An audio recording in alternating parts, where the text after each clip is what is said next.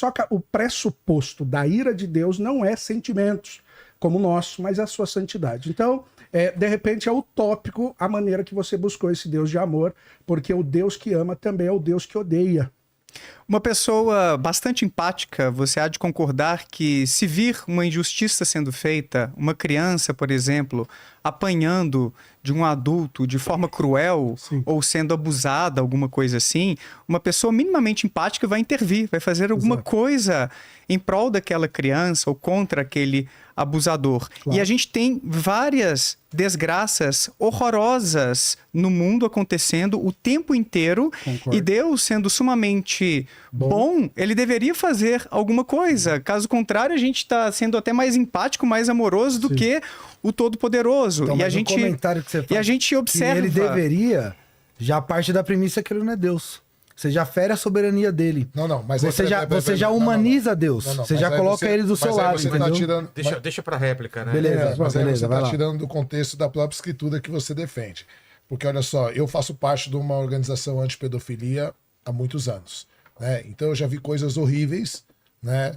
Crianças sendo abusadas, e por pior que seja, infelizmente, quanto menor a criança, maior o grau de parentesco.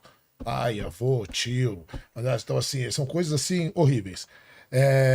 E aí você fala, qual é o pecado da criança, né? Se Deus é todo bom. E aí Jesus fala, né? Jesus fala assim, quais de vós, se o seu filho te pedir um pão, lhe dará uma serpente, ou se te pedir um peixe, lhe dará um escorpião? Se mesmo vós, que sois imperfeitos, sabeis dar boas dádivas, imagina, eu estou usando uma parábola bíblica, sim, de Jesus, opa, certo? Então, quais de vós, que seu filho, você não faria boas coisas? Então eu falo hoje, se eu vejo alguém arrastando uma criança para o mato para ser estuprada, tá certo que eu sou faixa preta, fui lutador profissional, tenho 110 quilos, mas mesmo uma mãe de 50 quilos, ela vê alguém arrastando a filha dela, o cara pode ter 2 metros de altura, ela vai se arrebentar com o cara e não vai deixar, certo? Agora, se Deus é onisciente, se Deus é todo poderoso e Deus é todo amor, por que ele está assistindo? Porque se ele é onisciente, ele está assistindo. O dilema de Epicuro. É o paradoxo de Epicuro, 300 anos de Cristo. Ele fala sobre isso. Então, como que ele pode ser todo amor, todo bom e onisciente, se ele está vendo a criança ser estuprada todos os dias? E tem muita criança que aprende com a mãe, que reza, pelo amor de Deus, e ela não é ouvida. Então, essa criança, ela não merece ser atendida? E ainda que a gente encontre, por exemplo, uma defesa do livre-arbítrio, aí a pessoa usando o seu livre-arbítrio para fazer alguma coisa errada. Defendemos. Vocês não defendem, não né? Então, para os cristãos que defendem, ainda assim a gente vê muito sofrimento desnecessário. Usa o termo livre-agência. Não, é que eles não vão entender. São fracos teologicamente. É que a gente encontra por aí muito sofrimento desnecessário. Mesmo deixando de lado o problema do livre-arbítrio, a gente tem um tsunami que matou mais do que 200 mil pessoas na Indonésia em 2004. A gente tem muito sofrimento no meio animal também, porque Deus não teria criado todos os seres herbívoros, porque tem tanto sofrimento desnecessário. E mesmo quando a gente faz um recorte no Deus cristão, eu acho importante, imagine que um pai decida arbitrariamente que apenas o seu quarto filho vai se manter vivo, de 4 em 4, e aqueles outros 3 ele vai sacrificar. Esse pai não pode ser um pai assim tão amoroso e empático. O primeiro, segundo e terceiro, morte. O quarto eu salvo. Quinto, sexto e sétimo, morte. O oitavo eu salvo. É basicamente esse o destino da humanidade. 20% só seriam salvos. Os cristãos, que por sorte, porque nasceram numa família predominantemente cristã, seriam salvos. Mas só os da minha igreja. E tem esse problema também. Tem esse problema também. 3.879 que não são da minha igreja. Você está partindo do ponto gnóstico, que a salvação é pelo conhecimento. Mas tudo bem, pode continuar que depois a gente fala. Então, mesmo não sendo assim, então eu gostaria que você esclarecesse o seu ponto calvinista, porque para mim nada disso é compatível com a existência de um Deus sumamente bom, todo-poderoso e onisciente que está assistindo a tudo isso.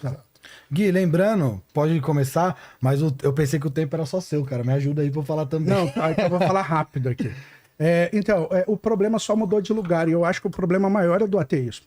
E eu já digo isso. Por que mudou de lugar? Você citou o caso da criança, como o chileno também, que eles estão ali, Deus sendo todo bom, todo poderoso, todo amoroso e não faz nada. E ao mesmo tempo, a pergunta é: qual é a solução que vocês têm, visto que, vamos supor que esse cara estuprou, praticou pedofilia e não foi pego pela justiça humana. O mundo não acaba a partir da morte? Então, para nós, a diferença é que o mundo não acaba aqui.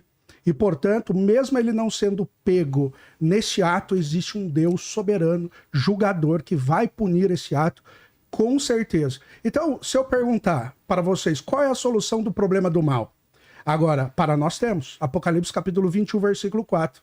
Revelação 21, versículo 4. Chileno conhece esse texto.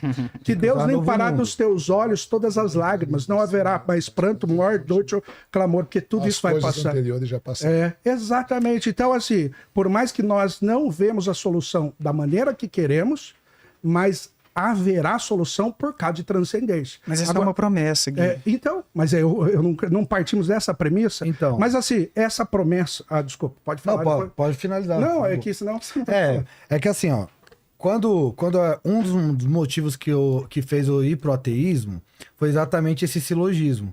A vida que eu vivi. Eu cheguei na minha mãe um dia, eu falei: mãe, a gente não tem 10 centavos para comprar um pão.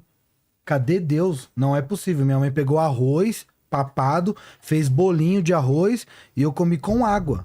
Eu dormi por 7 anos num sofá. Eu e as minhas irmãs, nós não temos medo de rato. Rato é algo normal. Favela do Aricanduva. Essa foi a minha realidade. Cadê Deus? Onde está Deus? E aí, na época, eu tava me profissionalizando no futebol, só que ainda muito pobre, e eu vi os caras chegando de Mercedes, dos carros que... Eu não tinha nem o videogame pra jogar aquele carro, eu tava vendo os caras no carro físico ali, eu falava: cadê Deus?